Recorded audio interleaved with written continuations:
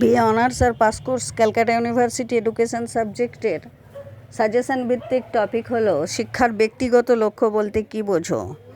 শিক্ষার ব্যক্তিগত লক্ষ্য হলো ব্যক্তির সামগ্রিক বিকাশ, যা তার মানসিক, বৌদ্ধিক, আধ্যাত্মিক এবং শারীরিক ক্ষমতার বিকাশ ঘটিয়ে তাকে আত্মনির্ভরশীল ও সুখী করে তোলে। এর মাধ্যমে একজন ব্যক্তি নিজের লক্ষ্য অর্জন করতে, সুনাগরিক হিসেবে গড়ে উঠতে এবং সমাজে কার্যকর ভূমিকা পালন করতে সক্ষম হয়। ব্যক্তিগত লক্ষ্যের বিভিন্ন দিক। জ্ঞান আর বৌদ্ধিক বিকাশ। 1.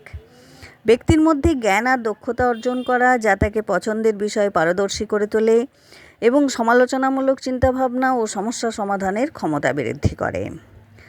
মানসিক ও আধ্যাত্মিক বিকাশ।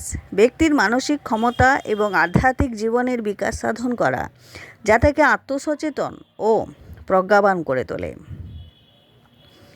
শারীরিক সুস্থতা। ব্যক্তির দৈহিক দিকগুলোকেও গুরুত্ব দেওয়া হয়, যাতে সে সুস্থ ও সবল থাকে। আত্মনির্ভরশীলতা ও সুখ। শিক্ষা ব্যক্তিকে নিজের পায়ে দাঁড়াতে এবং ব্যক্তিগত লক্ষ্য অর্জনের মাধ্যমে সুখী ও সুস্থ জীবনযাপন করে তুলতে সাহায্য করে। আত্মবিশ্বাস ও সক্ষমতা। শিক্ষা অর্জনের মাধ্যমে একজন ব্যক্তি আত্মবিশ্বাসী হয়ে ওঠেন এবং নিজের ক্ষমতাকে কাজে লাগাতে পারেন। সুনাগরিক হিসেবে গড়ে তোলা। শিক্ষা ব্যক্তিকে সমাজের প্রতি দায়বদ্ধ করে তোলে এবং সুনাগরিক হিসেবে কাজ করতে উৎসাহিত করে।